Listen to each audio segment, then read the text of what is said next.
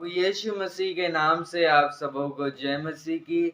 Hallelujah, praise the Lord. मैं परमेश्वर का धन्यवाद देता हूँ कि उसने मुझे एक बार फिर से ये मौका दिया कि मैं उसका ये जिंदा कलाम आप सबों के बीच में लेकर के आ सकूं।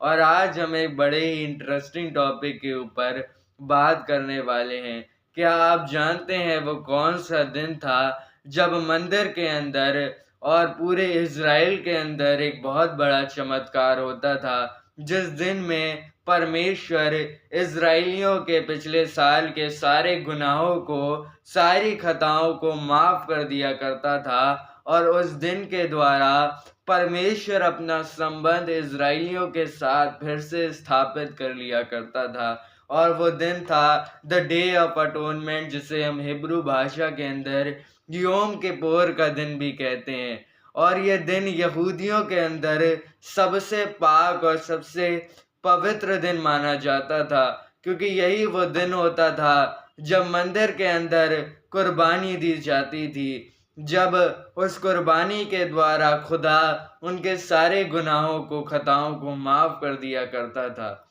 पर क्या आप जानते हैं कि इस योम किप्पुर में ऐसा क्या खास था जो इसे इतना पवित्र दिन माना जाता था? और आखिरकार योम किप्पुर के दिन में किया क्या जाता था जिसके ज़रिए खुदा इज़राइलियों के सारे पापों को क्षमा कर दिया करता था, जिसी बारे में हम बात करने वाले हैं।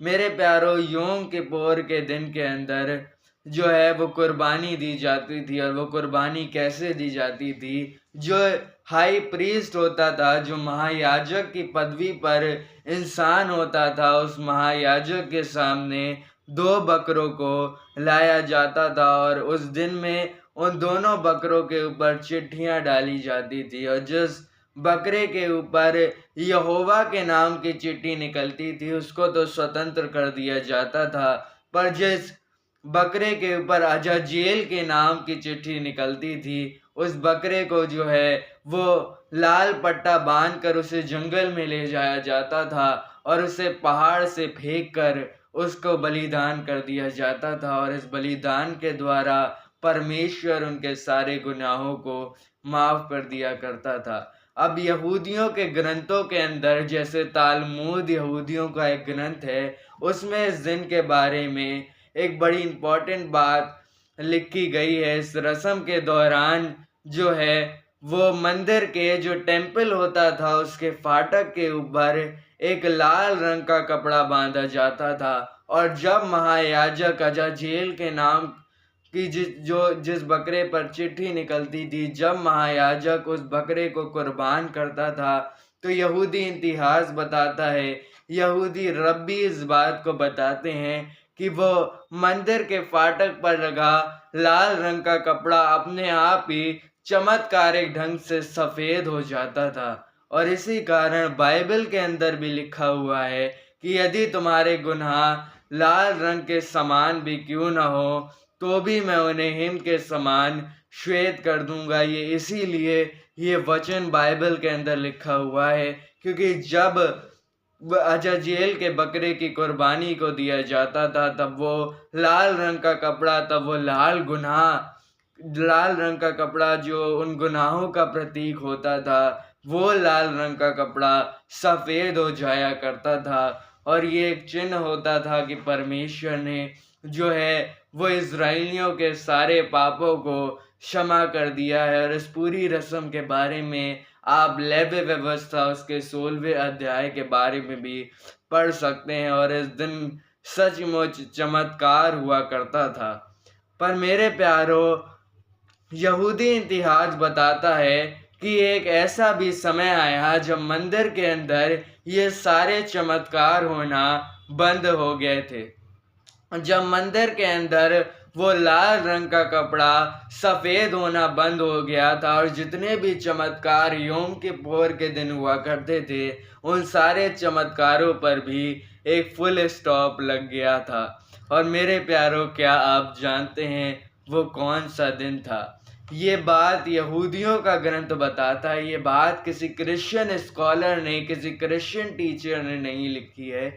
ये उन्हीं के रब्बियों के द्वारा लिखा गया है। हालांकि यहूदी आज के दिन तक उनके मन इतने कठोर हैं कि वो यीशु को अपना मसीहा जान करके कबूल नहीं करते, पर उन्हीं के ग्रंथों में ये बात लिखी है कि जिस समय से यीशु मसीह ने अपनी कुर्बानी को दिया था, उसी समय से मंदिर के अंदर वो सारे चमत्कार होना बंद हो गए थे। यानी टेम्पल के डिस्ट्रक्शन के 40 साल पहले ही वो सारे चमत्कार जो हैं मंदिर के अंदर होना बंद हो गए थे। उन चमत्कारों पर फुल स्टॉप लग गया था, और इसके पीछे का एक अद्भुत कारण ये था क्योंकि अब किसी भी कुर्बानी की ज़रूरत नहीं थी, क्योंकि स्वयं ये वही समय था जब यहोवा परमेश्वर ने अपने बेटे यीशु मसीह को कुर्बान क्रूस के ऊपर कर दिया था, और वो कुर्बानी एक फाइनल कुर्बानी थी। और उसके बाद इसीलिए ये कारण है कि उसके बाद हम मसीह किसी कुर्बानी को नहीं देते हैं, क्योंकि यीशु मसीह ने परमेश्वर के मेमने के रूप में उस दिन अपनी कुर्बानी को दे दिया था, और उसी दिन से ये सारे चमत्कार होना बंद हो गए थे। और मेरे प्यारों, इन कुर्बानियों के पीछे का कारण ये होता था क्योंकि बाइबल बताती है पाप की मजदूरी मौत है, the wages of sin is death. और अगर हम पाप करेंगे तो हमको मरना होगा, क्योंकि ये परमेश्वर का सनातन नियम है कि जो पाप करता है उसको मौत का स्वाद चखना पड़ता है, क्योंकि पाप की मजदूरी तो मृत्यु ही है, मृत्यु।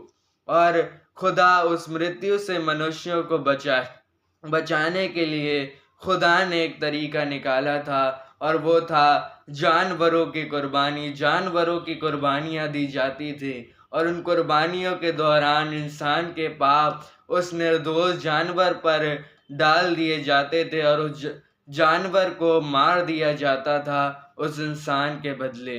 पर मेरे प्यारों, हम जानते हैं ये जानवरों का जो कुर्बानियाँ थी वो हमें हमेशा के लिए परमेश्वर के साथ एक नहीं कर सकती थी।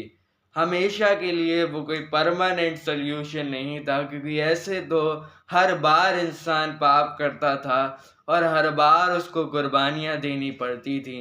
पर एक फाइनल सॉल्यूशन परमेश्वर ने निकाल दिया था, और वो था प्रभु यीशु मसीह का बलिदान।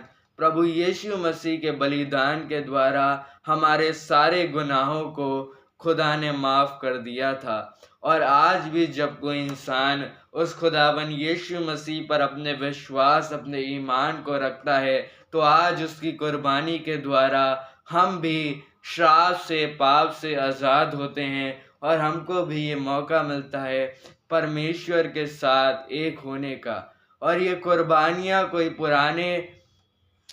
कोई नई बात नहीं है। ये कुर्बानियाँ उस समय से दी जा रही हैं जब आदम और हवा ने गुनाह किया था। बाइबल बताती है खुदावन ने आदम और हवा को अपनी समानता, अपनी शक्ल सूरत में बनाया था, और उनके अंदर कोई भी गुनाह नहीं था, पर उसके बावजूद भी उन्होंने परमेश्वर के खिलाफ वो गए, और उन्होंने परमेश्वर की खिलाफत की, और परमेश्वर के खिलाफ उन्होंने विद्रोह किया उस फल को खाकर जिस फल को खाने से खुदा ने उनको मना किया था। और तब बाइबल हमको बताती है उसी समय से मनुष्य जो है वो कुर्बानियाँ देना उसने प्रारंभ कर दिया था। उसी समय से, जेनेसिस के उसी चैप्टर के बाद से हम कुर्बानियों को पूरे पुराने नियम के अंदर पढ़ते हैं, क्योंकि मनुष्य पापी है और उसके पाप के बदले जानवरों को मरना पड़ता था। उसी समय से कुर्बानियाँ जो हैं वो हमने देखी बाइबल के अंदर, तरह तरह की होम बलि, पाप बलि, तरह तरह की कुर्बानियाँ की जाती थी। पर मेरे प्यारों, अब हम जानते हैं ये कुर्बानियाँ कब बंद हुई, जब खुदावन यीशु मसीह ने अपने बलिदान को दिया।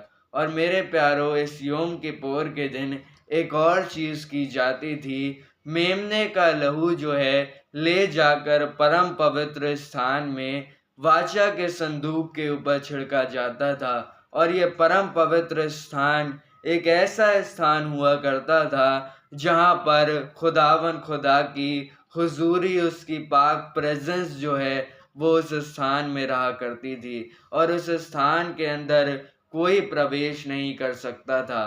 कोई पूरे साल भर में भी उस स्थान में नहीं जा सकता था। उस स्थान के बाहर जो है वो एक पर्दे को लगाया जाता था, जिस पर्दे के ऊपर जो है वो स्वर्गदूतों की नक्काशी डिज़ाइन बना होता था और ये चिन्ह था उस समय का जब आदम और हवा ने पाप किया और जिस समय खुदा ने अपने स्वर्गदूतों को नियुक्त अदन की वाटिका के बाहर कर दिया था। वो अदन की वाटिका क्या थी? वो परमेश्वर की डिवाइन प्रेजेंस, खुदा की हुजूरी थी और ये चिन्ह था उस परम पवित्र स्थान के बाहर उन पर्दों के ऊपर बने स्वर्गदूतों का कि कोई भी इंसान जो है वो बिना कुर्बानी के जो है वो खुदा की हुजूरी में नहीं जा सकता। कोई भी इंसान खुदा की हुजूरी में नहीं जा सकता क्योंकि खुदा पवित्र है, परमेश्वर पवित्र है और मनुष्य पापी है, इसलिए कोई भी मनुष्य, पापी मनुष्य उस खुदा की प्रेजेंस में नहीं जा सकता। पर मेरे प्यारो, उस प्रेजेंस के अंदर केवल एक दिन जाया जाता था और वो था यौम किप्पोर का दिन। उसी दिन केवल महायाजक जो है वो परम पवित्र स्थान के अंदर जाया करता था और अगर उस दौरान भी उससे कोई गलती हो जाती थी परम पवित्र स्थान के अंदर, तब परमेश्वर का आत्मा उसको मार डाला करता था। पर मेरे प्यारो, यीशु मसीह की कुर्बानी के दौरान एक बड़ी आश्चर्यजनक घटना हुई। जब यीशु मसीह ने अपनी कुर्बानी को दिया, तब लिखा है वो परम पवित्र स्थान के बाहर का पर्दा, बाइबल बताती है, 2 टुकड़ों में बँट गया। ये साइन था कि अब कोई भी मनुष्य, कोई भी पापी मनुष्य उस खुदावन यीशु मसीह के पवित्र लहू में अपने आप को ढाँप कर जब चाहे, जैसे चाहे खुदावन की हुजूरी में डायरेक्टली जा सकता है। अब हमें किसी बकरे की, किसी महायाजक की ज़रूरत नहीं है। अब हम अपने उस खुदा, अपने उस परमेश्वर के लहू के द्वारा जो है खुदा की प्रेज़ेंस में जा सकते हैं। मेरे प्यारो, पुराने नियम के बहुत सारे नबियों ने, भविष्यवक्ताओं ने चाहा कि वो खुदा की हुजूरी में जाएँ। दाऊद जो है वो खुदा की हुजूरी में जाने के लिए तड़पता था। इब्राहिम, मूसा, हारून और यशायाह, यहोशू, ये सब खुदावन की हुजूरी में जाने के लिए तड़पते थे, पर किसी को भी ये मौका नहीं दिया गया क्योंकि वो पापी थे। पर अब हम जो मनुष्य हैं, अब हम जो लोग हैं, वो काम कर सकते हैं जो वो नहीं कर पाए और वो है अब हम प्रभु यीशु मसीह के लहू के द्वारा उस खुदा की प्रेजेंस में, उस परमेश्वर की हुजूरी में जब चाहें जा सकते हैं। अगर आज आप भी अपने पापों में लिप्त हैं, तो ये समय है उस यीशु मसीह के खून से अपने पापों को कवर करने का। ये समय है उस यीशु मसीह के लहू के द्वारा अपने जीवन को बदलने का। आज बड़ी अफ़सोस की बात है कि इतनी सारी जो है वो सुख सुविधाएँ हमको यीशु मसीह के द्वारा मिली हैं कि अब हम खुदा की हुजूरी में जा सकते हैं, खुदा से डायरेक्ट बात कर सकते हैं, जो बात आदम और हवा भी नहीं कर पाए थे।